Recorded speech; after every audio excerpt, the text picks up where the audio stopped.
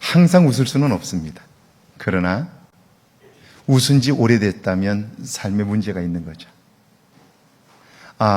얼굴이 항상 환할 수는 없어요. 그러나 얼굴이 환해본 지 오래됐다면 그것은 문제가 있는 거예요.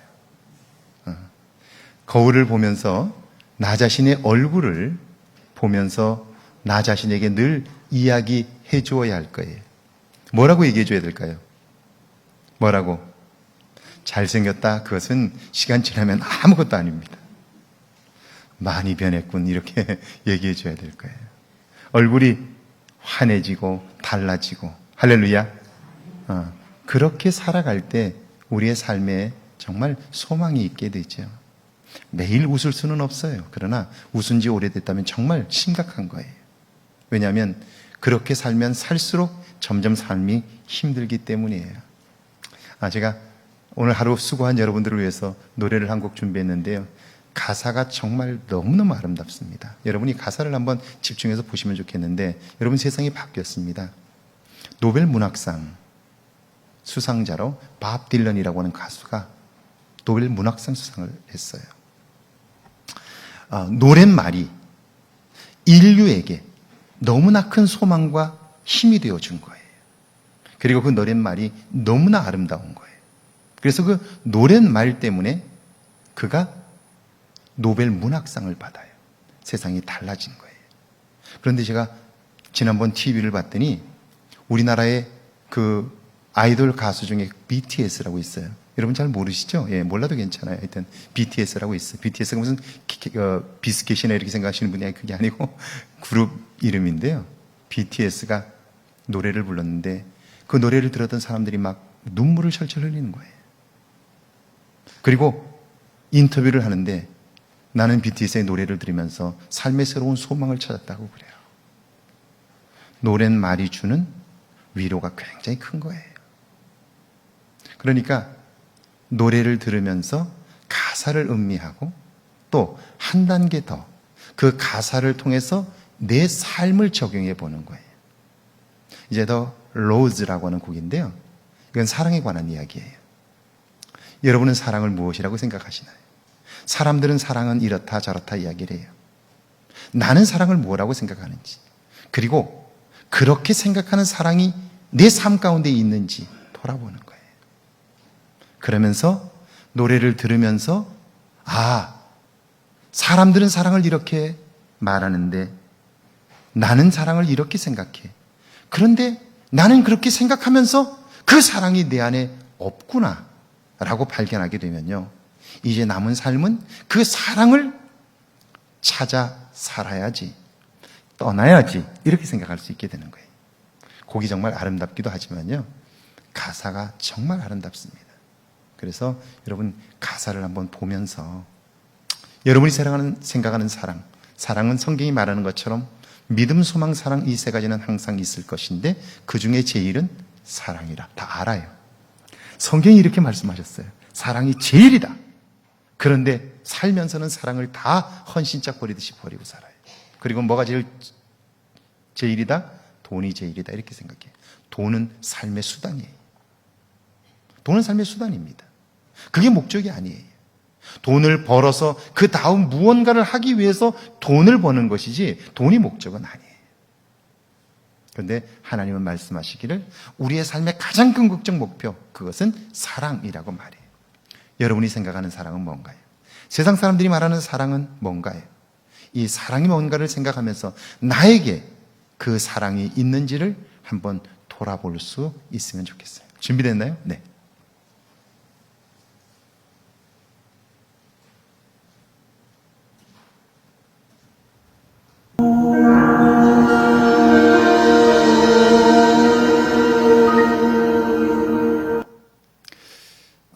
가사 잘 들으셨나요? Some say love. 사람들은 말하기를, 사랑을 말하기를 갈대를 삼키는 강물 같고 당신의 영혼의 상처를 내는 피 흘리게 하는 면도날과 같다고 그래요. 끝없이 갈증을 일으키는 갈증과 같다고 그래요. 그런데 나에게 있어서 사랑은 꽃과 같은 거라고 해요. 당신은 그 꽃의 씨앗이라고. 그런데 사람들은 상처받을까봐 두려워해요. 춤추는 것을 배우지 못해요. 그러니까 씨앗이 한 알 그대로 있는 거예요. 피어나지 못해요. 그 속에는 엄청난 생명력을 갖고 있는데, 그런데 함께 하는 것이 두려워서, 땅에 묻히는 것이 두려워서, 그래서 홀로 그냥 있겠다는 거예요. 이대로 살겠다는 거예요. 이게 좋다는 거예요. 그러니까 혼자 있으니까 춤추는 법을 배워본 적이 없는 거예요. 그러면서 이렇게 말해요. 죽음을 두려워하는 영혼은 살아가는 법을 결코 배울 수가 없다. 죽음을 이해하지 못하니까 어떻게 사는 게 잘 사는 것인지를 생각조차 하지 않고 사는 거예요. 그냥 하루하루를 사는 거예요. 한 번도 노래, 풍악이 울려도 춤을 춰보지 못해요. 그냥 그렇게 살아가는 거예요. 그런데 그렇게 살기에는 우리의 생명이 너무 소중한 거예요. 하나님께서 우리의 생명을 사랑하셔서 예수님을 보내주셨고 그를 십자가에 못 박음으로 우리를 살려주셨는데, 그래서 그 속에, 우리 속에 생명의 씨앗을 담아두셨는데, 그런데 우리는 두렵다고, 우리는 생각하기를 무섭다고, 상처받을 것이 두려워서 그냥 이대로 살겠다고, 지금이 좋다고 그렇게 살고 있지 않느냐 하는 거예요. 그런데 눈 덮인 겨울에 잠자고 있는 씨앗도 따뜻한 햇볕이 내리쪼이면, 그 햇빛을 받으면 그 씨앗은 장미로 다시 피어나는 거예요. 장미로. 할렐루야. 왜냐하면 그 속에 생명이 있기 때문이에요. 그러니까 이렇게 생각해 봐야죠. 나는 예수 그리스도의 생명을 내 안에 받은 이후에 한 번이라도 내 인생의 꽃을 피워본 적이 있나? 내 삶에 기쁨의 꽃을 피워본 적이 있나? 사는 맛을 느끼는 그런 꽃을 피워본 적이 있나? 내가 내 인생의 꽃을 피움으로 누군가에게 기쁨이 되어준 적이 있나? 예수님이 나를 위해 죽으셨다고 100번, 1000번 이야기한다고 내 삶에 무슨 의미가 있어요? 예수님은 나는 생명의 씨라고 말하잖아요. 그 생명의 씨앗을 우리가 안에 간직하게 되면서 영원한 생명을 얻은 것 아니에요? 그러면 이 생명이 내 안에서 싹이 트고 꽃을 피워야 나를 통하여 사람들이 하나님이 정말 살아계시구나, 예수님이 정말 살아계시구나, 그렇게 보고 알 텐데, 과연 우리는 이 생명의 씨앗을 내 안에서 꽃 피워본 적이 있느냐 하는 거예요. 그 붉은색 아름다운 장미, 그 장미꽃을 한번 피워본 적이 있느냐 하는 거예요. 노랫말이 참 좋지 않아요? 그냥 저만 혼자 좋은 거예요? 네. 오늘 저녁을 안 드셨군요. 반응들이 벌써 별로인 것 같으니까. 네. 그러니까 조금 한번 생각하며 사는 일은 정말 중요해요. 조금 생각하며 살지 않으면 우리는 그냥 살아온 대로 그냥 살 수밖에 없어요. 감격도 없고 기쁨도 없고요. 그냥 사는 거예요. 근데 그러면 살수록 점점 삶이 버거워져요. 자, 그래서 성령의 인도함을 받는 삶이란 어떤 삶입니까? 상처받는 줄 알면서도 다시 또 누군가에게 다가가는 거예요. 왜요? 그래야 함께 꽃을 피울 수 있기 때문이에요. 죽음이 두려워요. 그러나 죽음과 당당히 한번 맞서보는 거예요. 그래야 내가 영원한 생명을 얻었다는 사실을 알 수 있게 되는 거죠. 경험할 수 있게 되는 것이죠. 그래서 죽음을 두려워하지 않게 되는 거예요. 그리고 눈 덮인 그 속에 묻혀 있어도 반드시 봄은 온다는 소망 속에서요, 눈이 녹고 그리고 따뜻한 햇볕이 내리쬐게 되면 그곳에서 기필코 꽃을 피우게 되는 장미처럼 우리의 인생이 그와 같다는 거죠. 그래서 그런 사람이 어떤 사람이냐면 성령의 인도함을 받는 사람이죠. 할렐루야. 그래서 우리 안에 있는 생명의 씨앗을 반드시 꽃 피우는 사람이죠. 밑에 같이 한번 읽어볼까요? 함께 읽습니다. 영국이 낳은 위대한 기독교 작가요 목회자인 존 버년은 국왕의 명을 어긴 죄로 감옥에 갇히게 되었습니다.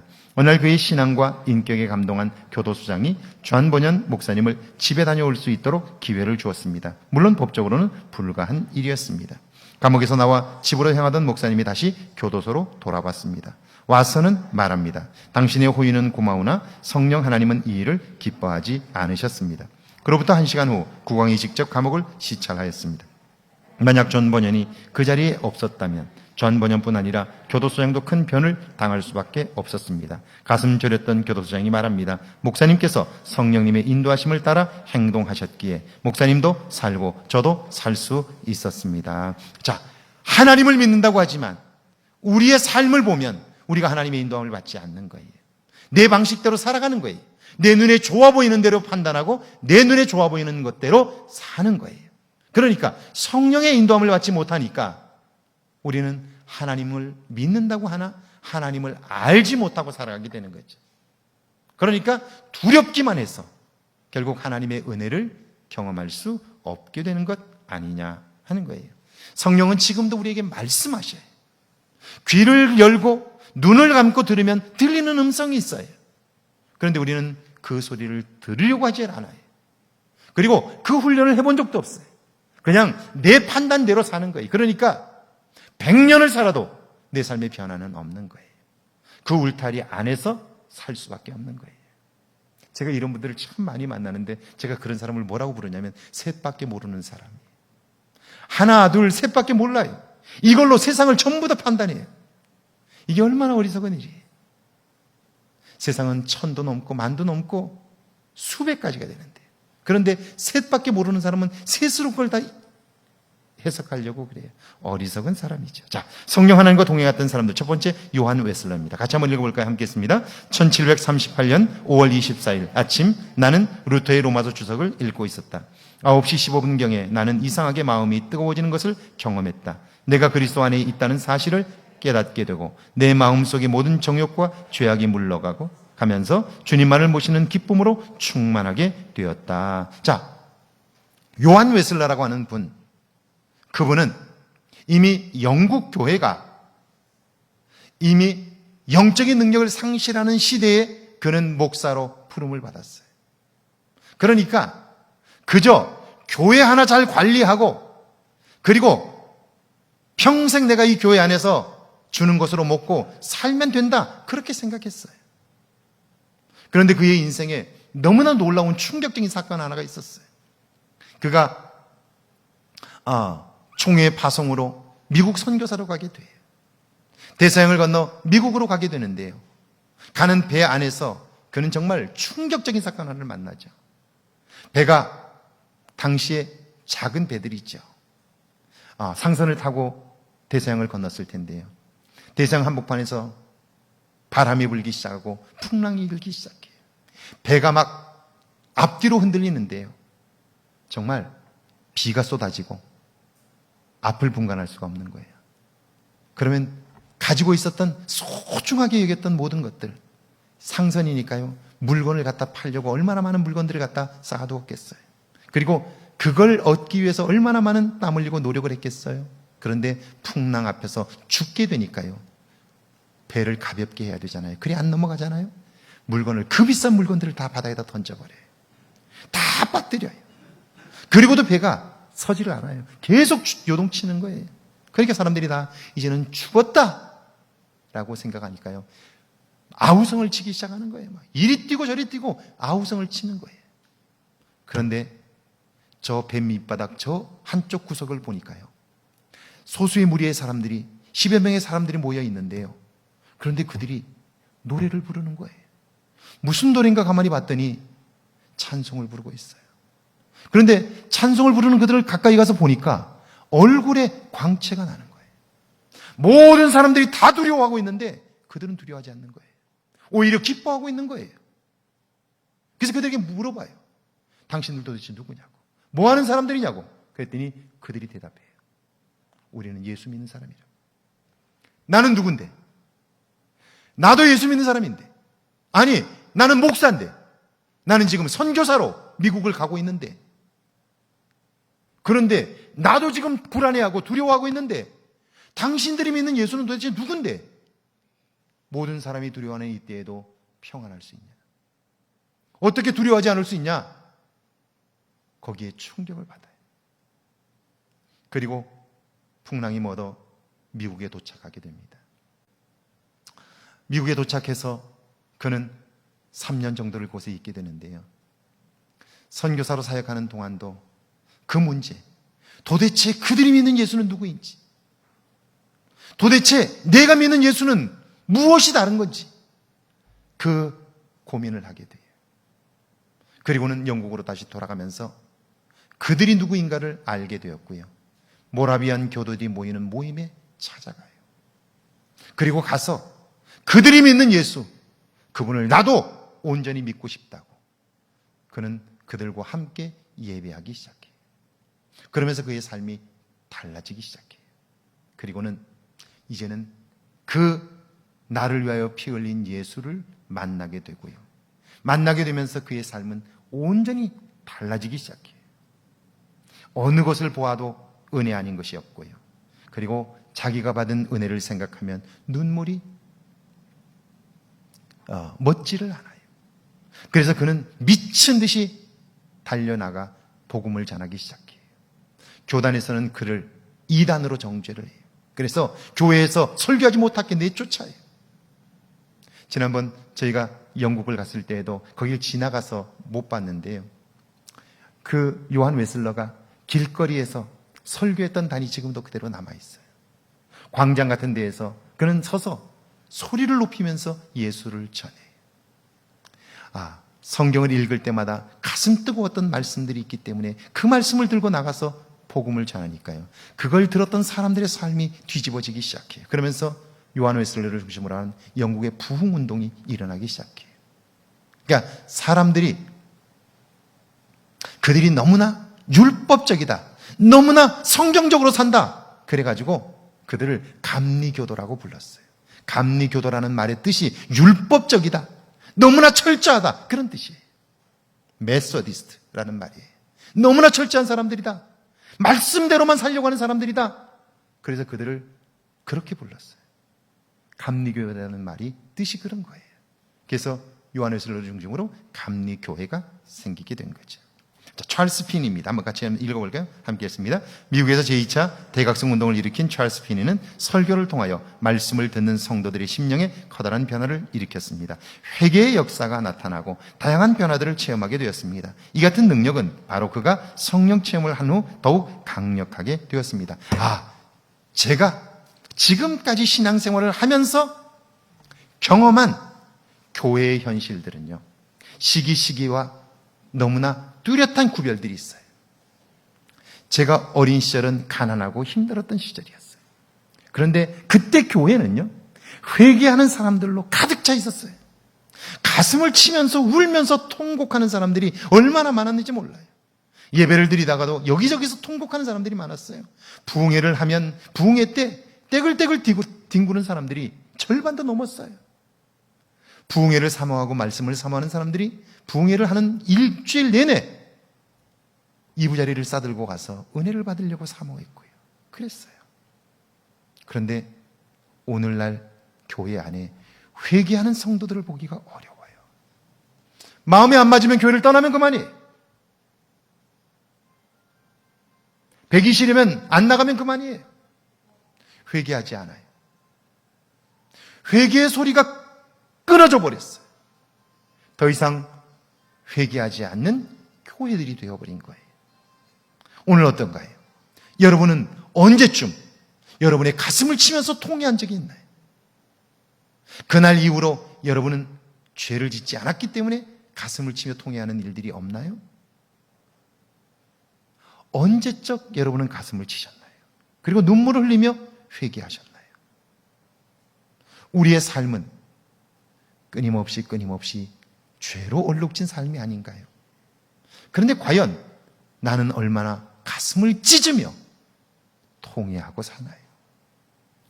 회개하지 않으면 은혜가 임할 수 없다는 사실. 성경이 그렇게 말씀하고 있어요. 근데 오늘날 교회 안에 회개하는 심령을 만나기가 어려워요. 찰스 피니가 이 굳어져 버린 마음을 가진 미국의 교우들을 향해서 그 가슴에 성령의 불을 던져요.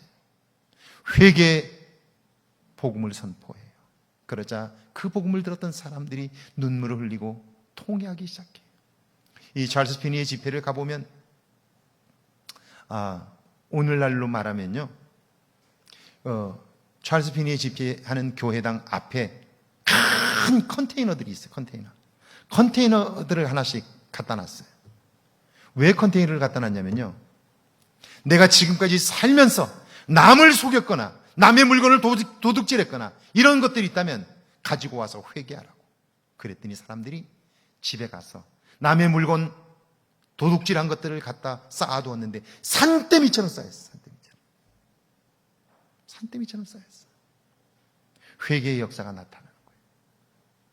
그러니까 그곳에 모인 사람들이 어마어마한 성령의 역사들을 경험하게 된 거죠. 자, 오늘 우리가 가슴을 치며 통회하는 삶이 내게 있는지 돌아봐야 돼요. 교회에 다니는 것 중요하죠. 이제 교회에 출입했다면 이제 믿음으로 내가 어떻게 나아가야 할 것인지 이걸 돌이켜봐야 돼요. 자, D.L. 무디죠. 같이 한번 읽어볼까요? 함께 했습니다. 무디 선생의 나이가 34세였을 때 11월 어느 날 그는 뉴욕의 거리를 걷고 있었습니다. 무디는 흐느끼면서 이렇게 말합니다. 오 주님, 당신은 왜 날마다 제가 당신과 함께 동행하게 하시지 않습니까? 저를 저 자신으로부터 구원해 주시옵소서. 강하게 붙들어 주시고 당신의 성령을 제게 내려 주옵소서. 그때 성령님은 그를 기도의 자리로 이끌었고 성령으로 충만하게 된 그를 한 시대 부흥의 주인공으로 사용하셨습니다. 자, 무슨 얘기냐면 길을 가면서도 무디는 하나님에게 완심한 거예요. 하나님, 좀 더 제가 뜨거워지기를 원합니다. 좀 더 제가 하나님의 사람으로 살기를 원합니다. 하나님, 왜 저를 이대로 두십니까? 좀 더 나를 뜨겁게 하셔서 하나님의 사람으로 써주십시오. 그러자 하나님께서 그런 그를 이끄신 거예요. 기도의 자리로 이끄셨고요. 그리고 그에게 성령으로 충만케 하사 입을 열 때마다 예수 그리스도의 이름으로 복음을 선포할 때마다 그 입에서 나오는 말들이 능력이 되어 심령을 새롭게 하는 역사들이 나타난 거예요. 여러분, 돈을 벌어 먹고 살만해지는 삶과 영적인 삶이 비례한다는 사실을 아시나요? 먹고 살기 힘들고 어려울 때에는 성령으로 충만했어요. 왜냐하면 하나님의 도움이 아니면 살 방법이 없었기 때문이었어요. 그래서 통회하고 가슴을 찢고 울며 불며 애를 들쳐 업고라도 은혜 받으려고 사모했어요. 사는 게 너무 힘들었기 때문이에요. 그런데 먹고 사는 일이 점점 나아지게 되면서 직장 생활하면서 익숙해지면서 하나님의 도움이 별로 필요하지 않은 거예요. 하나님의 도움이 필요하지 않아요. 내 살아온 방식대로 살면 먹고는 사는 거예요. 굶지는 않는 거예요. 평생 먹을 만한 무엇이 있는 거예요. 그러니까 하나님을 믿는다고 하지만 하나님의 도움이 절대적으로 필요하지 않아요. 그래서 뭐라고 그래요? 내 영혼아, 여러 해 쓸 물건을 가득 쌓아두었으니 이제는 먹고 마시고 즐기자 그러는 거예요. 그런데 하나님께서 그때 그에게 말씀하시래요. 어리석은 자여, 오늘 밤에 내가 내 영혼을 도로 취하리니 내가 쌓아둔 것이 그러면 네 것이 되겠느냐 물으셔요. 하나님께서 그렇게 물으시고 계신데 오늘 우리는 어떻게 대답하고 있냐 하는 거죠. 네가 본다고 하나 정말 보아야 할 것을 보지 못하는 소경이라고 말하자. 아니 내가 지금 눈을 뜨고 있는데 내가 왜 소경이냐고 이야기를 하는 거예요. 본다고 말하니 너는 내 죄가 크다. 눈은 떴으나 보아야 할 것을 보지 못하고 있다. 그렇게 말씀하는 거죠. D.L. 무디가 길을 걸어가면서도 하나님, 저를 통하여 무엇을 원하십니까? 하나님, 왜 저를 지금 이렇게 그대로 두십니까? 하나님, 제가 무엇을 어떻게 하면 하나님의 기쁨이 될 수 있을까요? 그 일에 관심한 거예요. 그 일에 관심할 때 그런 무디를 하나님은 기도의 자리로 인도하셨고 그곳에서 성령을 충만히 받게 하사 배운 것도 없죠. 초등학교밖에 안 나왔어요. 말도 잘 못해요. 말하는 것들이 조리도 없어요. 문법적으로 다 틀려요. 체계적으로 말할 줄도 몰라요. 그러나 단에 서서 입을 열기만 하면, 예수의 이름으로 입을 열기만 하면 그 이야기가 힘이 있어 사람들의 마음을 움직이기 시작하는 거예요. 할렐루야. 할렐루야. 이런 성령의 인도함을 받는 삶이죠. 자, 성령의 인도함을 받는 삶 밑에 한번 같이 읽어볼까요? 함께 했습니다. 사도 바울은 주 예수 그리스도의 은혜와 하나님의 사랑과 성령의 교통하심이 너희 무리와 함께 있을지어다라고 축복했는데, 이때 교통은 교제입니다. 그러니까 가장 큰 복이 있다면 그것은 하나님과 교제하는 것인데, 하나님과 사귀는 것인데, 사귀면서 나타나는 현상이 뭐냐면 우리가 하나님을 진심으로 사랑하게 되고 하나님이 우리를 사랑하는 것을 알게 되는 거죠. 할렐루야. 이게 사귐을 통하지 않고는 몰라요. 여러분이 누군가를 사랑해서 결혼했잖아요. 그죠? 아니에요. 그냥 부모가 만나게 해서 그냥 결혼했나요? 하여튼 사랑해서 만나서 결혼했잖아요. 그죠? 김옥주 권사님은 아닌가요? 그냥 중매를 그냥 치러 오셨나요? 자, 사랑해서 결혼했잖아요. 그런데 다 알고 결혼하셨나요? 그냥 믿고 결혼했나요? 믿고 결혼했어요. 하고 보니까 이런저런 것들을 알게 되었어요. 보세요.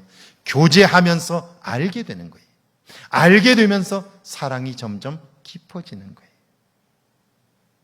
자, 그런데 온전한 교제를 하지 못하면 사랑이 깊어지는 것이 아니라 서로에게 상처를 줌으로 상처만 깊어져요. 상처만 깊어져요. 내가 하나님을 사랑하고 하나님의 사랑을 내가 알게 될 때 이 교제를 통하여 사랑이 깊어지는 거예요. 그런데 병든 가정을 보면요, 일방적이에요. 내가 항상 옳고 너는 틀렸어요. 그래서 항상 야단쳐요. 그런데 여러분, 부부가 100% 옳고 100% 틀릴 수가 없어요. 사람의 관계는 다 그래요. 내가 미워하는 사람이 있지만, 그 사람이 명백히 잘못했지만, 그러나 관계는요 100대 빵은 없어요. 50대 50이. 제가 읽은 글 중에 이런 내용이 나와요. 여러분 잘 들으시고 이런 말들은 마음에 담아야 돼요. 그리고 마음에 새겨야 돼요. 왜냐하면 이 말 한마디가 내 인생을 바꿔놓을 수 있기 때문에 그래요. 제게는 그래요. 이런 이야기가 나와요. 너는 무슨 잘못한 게 그렇게 많아가지고 교회에 갈 때마다 회개하느냐고. 그것도 창피하게 나이가 들어가지고 눈물을 철철 흘리면서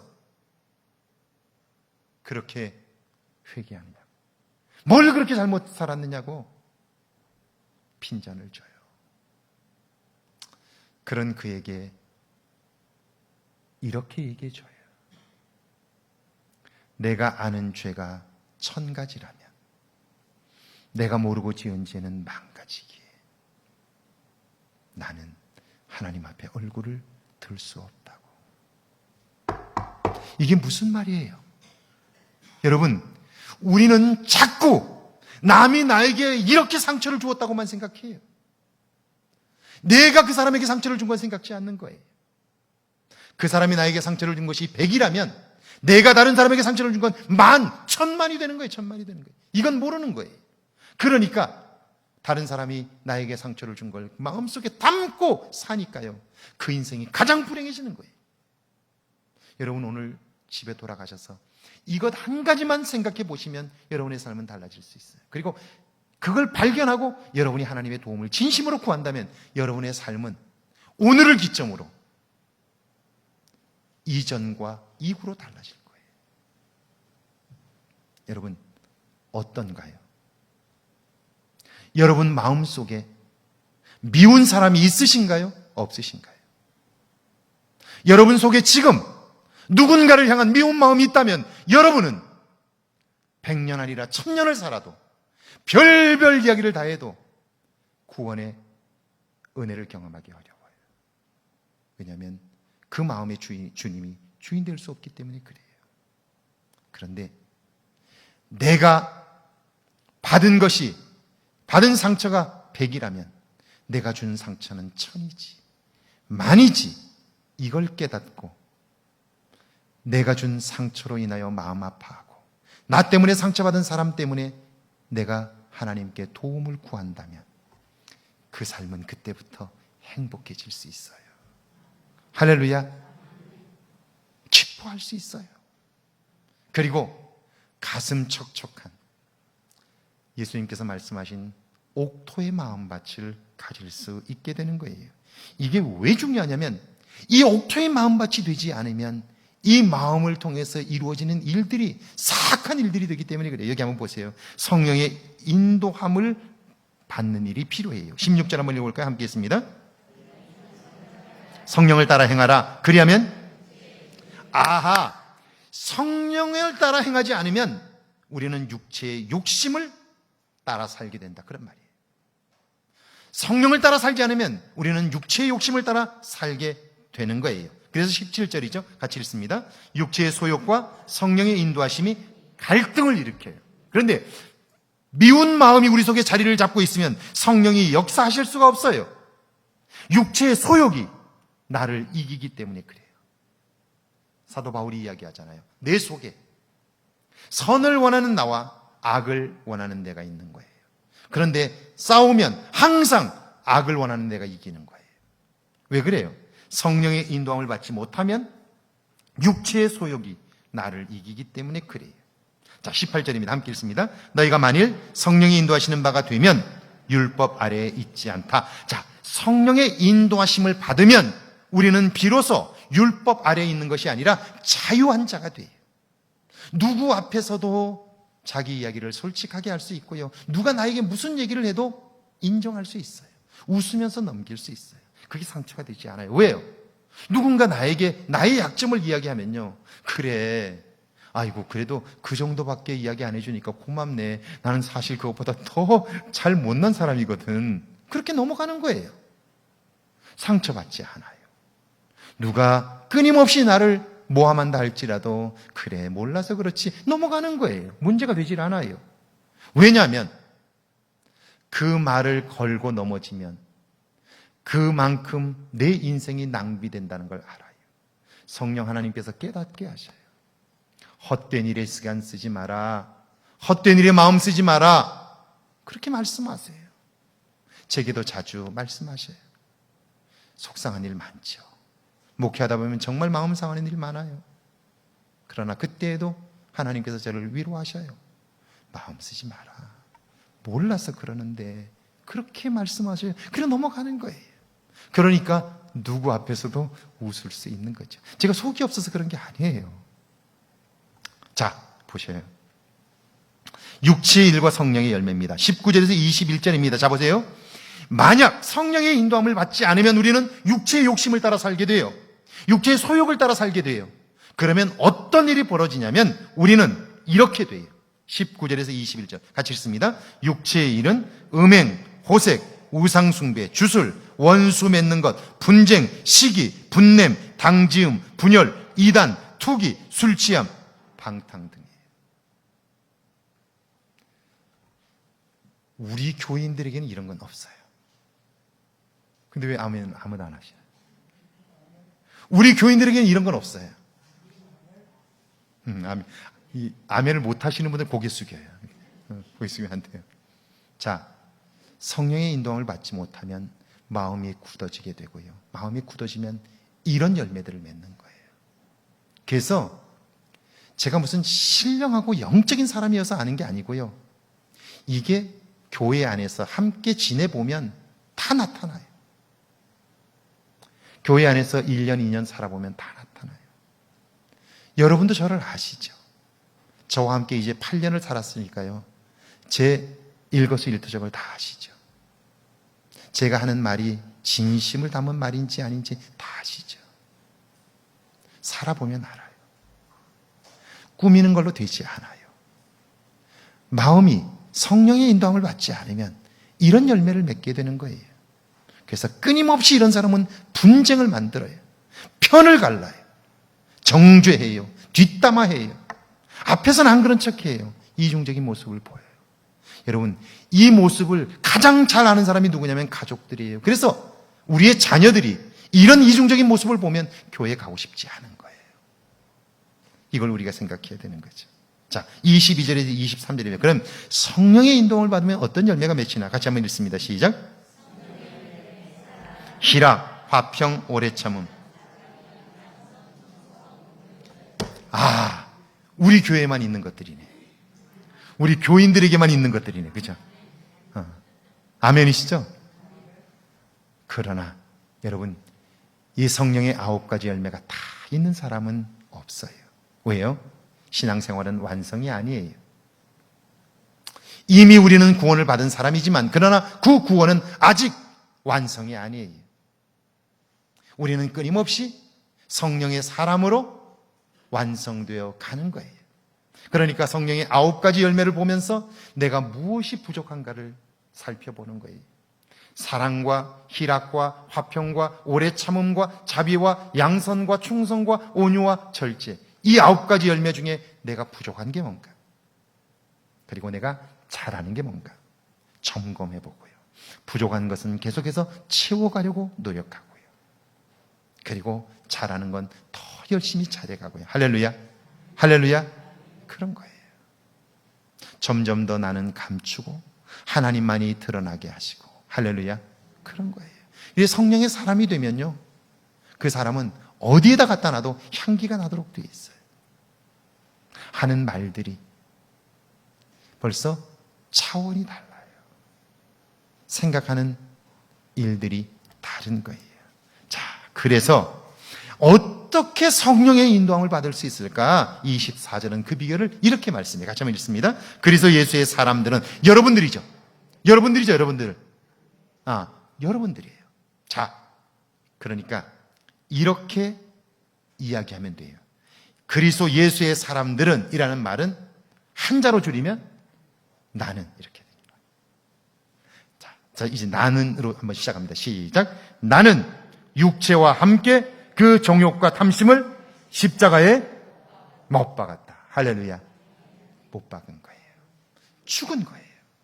그러니까 매일매일 사도 바울의 고백처럼 나는 그리스도 예수로 말미암아 날마다 십자가에 죽노라. 자기 죽음을 선언하는 거예요. 여러분이 옳다고 생각하는 것, 그거 내려놓는 거예요.